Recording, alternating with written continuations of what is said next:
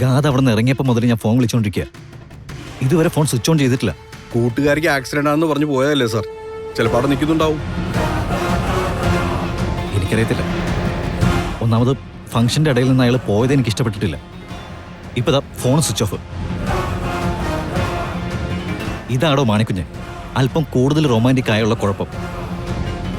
അവർ നമ്മളെ ഈ രീതിയിൽ ടോർച്ചർ ചെയ്യും. പിന്നെ അതിന്റെ പെയിന് സഹിച്ച് നമ്മളിവിടെ ഇരുന്നോണം. എനിക്ക് തോന്നുന്നത് എന്താണെന്ന് അറിയൂ സാർ, ഗാഥ മാഡം ആ പോക്ക് പോയി ചിലപ്പോ ഇന്നാളത്തെ പോലെ 1-2 ദിവസം ഫോണിൽ കിട്ടാനേ പോകുന്നില്ല.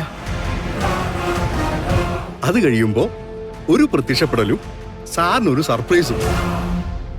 മാണിക്കുഞ്ഞ്, ഏതെങ്കിലും ഒരു കമ്പനിക്കാര് മീറ്റിങ്ങിന് വരാമെന്ന് പറഞ്ഞിട്ട് 1 മിനിറ്റ് വൈകിയ പിന്നെ ഞാനെങ്ങനെ അവരെ ഡീൽ ചെയ്യുക? പിന്നെ അവരുമായിട്ട് സാറിന് യാതൊരു ബന്ധം ഉണ്ടാവില്ലല്ലോ. സാറിന്റെ കൃത്യനിഷ്ഠ ഇൻഡസ്ട്രിയിൽ പാട്ടല്ലേ സാറേ? യെസ്, അത്രയും കൃത്യനിഷ്ഠയോടെ ജീവിക്കുന്ന ഞാനാണ് ഒരു പെണ്ണിന്റെ കോളിന് വേണ്ടി വെയിറ്റ് ചെയ്യുന്നത്. അവളുടെ ഫോൺ സ്വിച്ച് ഓഫ് ആയി കഴിഞ്ഞാൽ അതിന്റെ പേരിൽ ടെൻഷൻ ആവുന്നത്. ഇനി താൻ പറയും, ഞാൻ റൊമാൻറ്റിക് ആണോ അതോ അൺറൊമാൻറ്റിക് ആണോ? എന്റെ പൊന്നു സാറേ, സാറ് റൊമാൻറ്റിക്കാ. അപ്പോ ഈ കാത്തിരിപ്പും വെയിറ്റിംഗും ഒക്കെ സാറിന് അവകാശപ്പെട്ടതാ.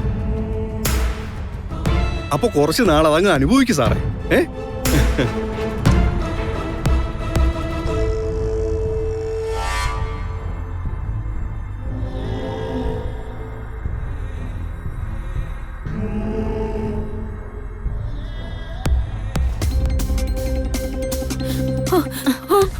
മോളെ ഗാഥ മാഡം, മോളെ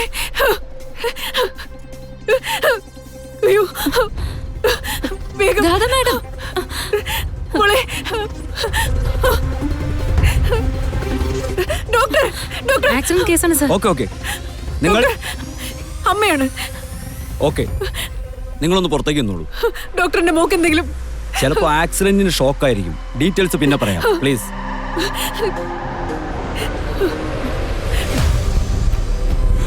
സിസ്റ്റർ, മുറിവൊക്കെ ഡ്രസ് ചെയ്യണം. IV സ്റ്റാർട്ട് ചെയ്യണം. Okay doctor.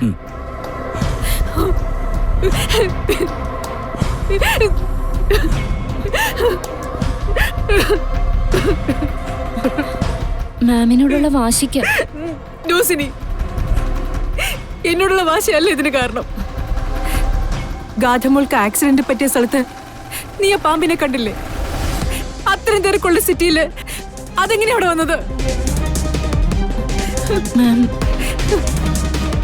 എല്ലാം സൂചനയാണ്. അത് മനസ്സിലാക്കിയില്ലെങ്കിൽ എന്റെ മോളുടെ ജീവൻ ഞാൻ പകരം കൊടുക്കേണ്ടി വരും. ഞാൻ സമ്മതിക്കില്ല സിനി.